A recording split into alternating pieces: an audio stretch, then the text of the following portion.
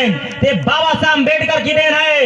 यदि आज हम लोग शिक्षा ग्रहण कर पाए हैं तो बाबा साहब अम्बेडकर की देन है। यदि आज हम जैसे नौजवान दो शब्द बोल पा रहे हैं गर्व से तो सिर्फ और सिर्फ बाबा साहब अम्बेडकर की देन है। आज कोई भी ओबीसी एससी एसटी का व्यक्ति अगर दो दो मंजिलों के मकान में रह रहा है तो सिर्फ और सिर्फ बाबा साहब अम्बेडकर की देन है। आज कोई भी इस देश का मूल निवासी एक चपरासी से लेकर अगर राष्ट्रपति तक की पोस्ट तक पहुंचा है तो सिर्फ और सिर्फ बाबा साहब अम्बेडकर की देन है।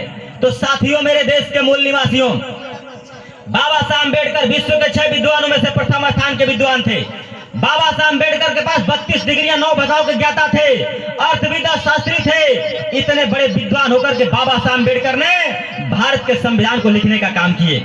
अभी हम लोगों के गायक साहब अरुण कुमार, मिशन गायक जो है अरुण कुमार बौद्ध जी, संविधान की बात कर रहे थे। थोड़ा सा हम भी दो शब्द संविधान पे बोलना चाहते हैं कि संविधान का मतलब क्या है। संविधान कहते किसको है?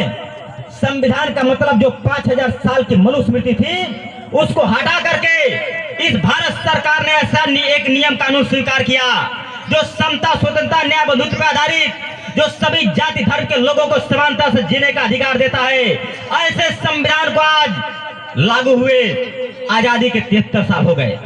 73 साल बाद भी इस संविधान को इस देश के मूल निवासी पूर्ण रूप से नहीं जान पाए, नहीं समझ पाए। ये सबसे बड़ा प्रश्न है मेरा इस देश के मूल निवासियों से कि आखिर क्यों नहीं जान पाए आजादी के 73 साल बाद भी। साथियों, मेरे देश के मूल निवासियों, मैं नौजवान भाइयों से कहना चाहता हूं, खास करके आप थोड़ा सा शांति का सहयोग दें, मेरी बातों को ध्यान से सुने, क्योंकि आप ही कल की तस्वीर हो, आप ही कल की तकदीर हो, आप ही कल का भारत हो। आज का युवा जितना जागृत होगा उतना ही कल हमारा भारत और हमारा समाज मजबूत होगा। ये जो नौजवान भाई बैठे हैं, सैकड़ों जो नौजवान भाई हम मंच के सामने बैठे हैं, इसी में से कल के भारत के भविष्य हैं। कल के डीएम, कलेक्टर, एसपी, आईजी, दरोगा, सबसे कमिश्नर हैं, कल के डॉक्टर, इंजीनियर हैं, कल के विधायक, सांसद और मंत्री हैं। इसलिए नौजवान भाइयों को बातों को ध्यान से सुनना और समझना बहुत जरूरी है।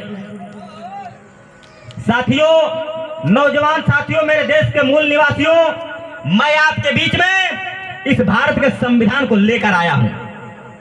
बाजारों में नहीं मिलता, ये साधारण बुक स्टॉल पर उपलब्ध नहीं होता, ये आज तक लाइब्रेरी में नहीं रखा गया इसको। मुझको कहने में कोई दुख नहीं कि सत्यनारायण की कथा आपको हर कहीं चट्टी चौराहे पर मिल जाएगी, दुर्गा चालीसा, हनुमान चालीसा हर जगह मिल जाएगा। लेकिन जिस संविधान से देश चलता है, यदि इसको ढूंढने जाओ तो खोजने पर भी इसकी प्रति नहीं मिलती है। आखिर क्यों? क्या है इसके अंदर? कुछ तो होगा। सृष्टि का नियम है कि बगैर कारण किसी कार्य को नहीं किया जाता। आखिर क्या कारण है कि इस संविधान को इस देश के मूल निवासियों से दूर रखा जाता है और उनके हक और अधिकारों से वंचित रखा जाता है? कौन है वो लोग? ऐसे दोस्त दुश्मनों की पहचान हम लोग को करनी होगी। साथियों, मेरे देश के मूल निवासियों, आपके घरों में टीवी होगा, आप डेली न्यूज देखते हैं। इस देश के अंदर सैकड़ों चैनल हैं, सैकड़ों चैनलों पर बैठकर घंटों डिबेट होता है। हिंदू होता है, मुस्लिम होता है, हिंदुस्तान होता है, पाकिस्तान होता है, मंदिर होता है, मस्जिद होता है, आतंकवाद पर चर्चा होती है। लेकिन जिस संविधान से देश चलता है, इस संविधान पर चर्चा नहीं होती है। आखिर क्यों नहीं होती है? क्या कारण है? कुछ तो सोचो मेरे देश के पढ़े लिखे नौजवान साथियों, कुछ तो पढ़े लिखे होने का सबूत दो कि भारतीय संविधान पर चर्चा क्यों नहीं होती है। मेरे देश के नौजवान साथियों, मूल निवासियों, मैं आप लोगों को बताऊं कि भारतीय संविधान पर चर्चा क्यों नहीं होती है। भारतीय संविधान पर चर्चा इसलिए नहीं होती है क्योंकि भारतीय संविधान पर चर्चा होगी तो आपके हक, अधिकार, मान सम्मान, रोटी, कपड़ा, मकान के ऊपर चर्चा होगी। और यदि आपके हक, अधिकार, मान सम्मान, रोटी, कपड़ा, मकान के ऊपर चर्चा होगी तो लोग जागृत होंगे, और जब लोग जागृत होंगे तो शक्ति का निर्माण होगा, और शक्ति को जमाना सैल्यूट करता है। इसलिए आपके हक और अधिकारों के ऊपर चर्चा नहीं होती है, अर्थात भारतीय संविधान पर चर्चा नहीं होती है। जिस बाबा साहब अम्बेडकर ने इस भारत के संविधान को 2 वर्ष 11 माह 18 दिन में लिखकर भारत के सांसद को सौंपने का काम किया, उस बाबा साहब के ऊपर भी चर्चा नहीं होती है।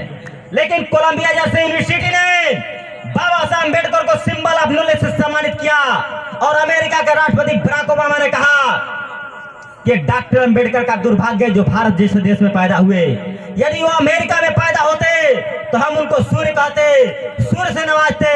ऐसे सूर्य को इस देश के अंदर छुपाया जाता है, उनकी मूर्तियां तक तोड़ी जाती हैं। पूरे विश्व में किसानों, नौजवानों, गरीबों, मजदूरों की लड़ाई लड़ने वाले कार्ल मार्क्स थे। कार्ल मार्क्स की पूजा पूरे विश्व के अंदर होती है, उनका मूर्ति पूरे विश्व के अंदर लगा हुआ है। और उस महामानव के बगल में किसी महामानव का अगर मूर्ति लगा है, उस महामानव का नाम है बाबा साहब डॉक्टर भीमराव अम्बेडकर, जो अर्थशास्त्री विद्वान थे। ऐसे विद्वान को इस देश के अंदर छुपाया जाता है। इसलिए मैं आप लोगों से कहना चाहता हूं कि यदि आप चाहते हैं कि फिर से भारत विश्व गुरु बने, फिर से भारत सोने की चिड़िया बने, तो जो भारत का संविधान है प्रत्येक नागरिक को पढ़ना पड़ेगा। प्रत्येक नागरिक के घर में भारत का संविधान होना चाहिए। जितने सरकारी विभाग चलते हैं सभी सरकारी विभागों में भारत का संविधान होना चाहिए। तब जाकर के अब भारत विश्व गुरु और सोने की चिड़िया बन सकता है। क्योंकि आज राष्ट्र के लेवल पर सिर्फ एक राष्ट्रपुत्र ग्रंथ है, वो है भारतीय संविधान।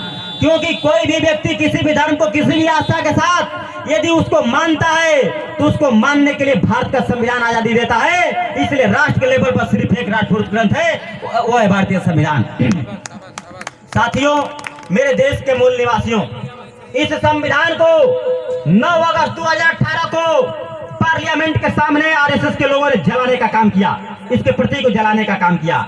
जो 545 सांसद पार्लियामेंट के अंदर जाते हैं, इसी संविधान से जीत करके संविधान के बदौलत किसी ने बोलने का काम नहीं किया। इस देश के सर्वोच्च कुर्सी पर जो आरएसएस का दलाल बैठा है, वो अभी बोलने का काम नहीं किया। और इस देश का एक चाय बेचने वाला व्यक्ति इस संविधान के माध्यम से इस देश का प्रधानमंत्री बन गया, उसने भी बोलने का काम नहीं किया।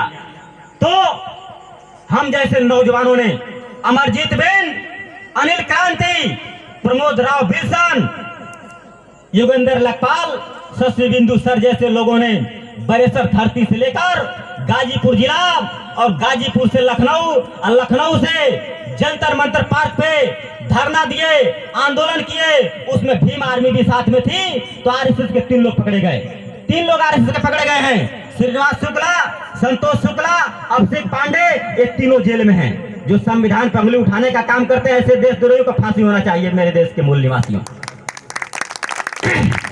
आज इस संविधान को आरएसएस के लोग खत्म करना चाहते हैं। क्यों खत्म करना चाहते हैं? क्या है इसके अंदर? क्योंकि यह संविधान इस देश के गरीब, मजलूम, शोषित, वंचित लोगों को समानता का अधिकार देता है, महिलाओं को 50% का आरक्षण का अधिकार देता है। इसलिए आरएसएस के लोग संविधान खत्म करना चाहते हैं। खत्म इसलिए करना चाहते हैं क्योंकि अगर इस देश में यह संविधान नहीं होता तो एक ही स्कूल में, एक ही डेस्क पर बिंदमला, केवट, माझी, मजबार, तुरा, तुरैया, बाथम, बाथवा, गुड़िया, धुरिया, कहार, कश्यप, कोली, भोई, मच्छी मार, तेंदुलकर, मेहरा, बेहरा, महादेव, कुली, डोंगर, कोली, चाई, तेर, सुरैया, खर्चवार, मायावार, खुलवट, अंतर्वेदी, बनफर, भर, राजभर, कुशवाहा, महा, रोडवीर, खरबिल, लोधवी, लोधे, लोधिया, राजपूत, गंगा, पुत्र, छतरी, डोम, मुसर, कोल, भिलनाव, कोहालवार, धोबी, रैकवार, बथम, सानी, नोनिया, चमन, गोल, खरवार, ताई, तोमर, आदि में तो बेलदार, सानी, प्रजापति, कुमार, पाल, गरड़ी, कुरी, कुर्मी, साक्सन, एकवसी, बारी, मौरिया, शेख, सैयद, सिद्दीकी, खान, पठान, दुनिया, गुड़िया, हज्जाम, राजाक, बैठा, पसमान, दान, सारी, कुरैसी, नटखटिक, मंजारा, फाट, नगर, एशिया, सुनियालम, कुरील, डबकर, मोची, उतरा, दक्षिणा, रेवार, गहरवार, नुआ, चमार, रसिया, चर्मकार, ग्वाल, डोढ़ोर, गोप, गोस, कुसुत, कमरिया, जाट, परमार, परियार, गौतम, सिंगर, छत्रवसी, चंद्रवंशी, गोवंशी, भदौरिया, छत्री और दुबे, तिवारी, मिश्रा, शुक्ला, चटर्जी, मर्जिल, चट्टोपाध्याय, मुखोपाध्याय, द्विवेदी, त्रिवेदी, त्रिपाठी, शुक्ला एक ही स्कूल में, एक ही डेस्क पर, एक ही साथ बैठकर पढ़ाई नहीं कर रहे होते। इस संविधान की ताकत है, इसलिए आरएसएस के लोग इस संविधान खत्म करना चाहते हैं। खत्म इसलिए करना चाहते हैं, परेशान तो नहीं हो रहे आप लोग? 2-4 मिनट और समय दे दीजिए आप लोग।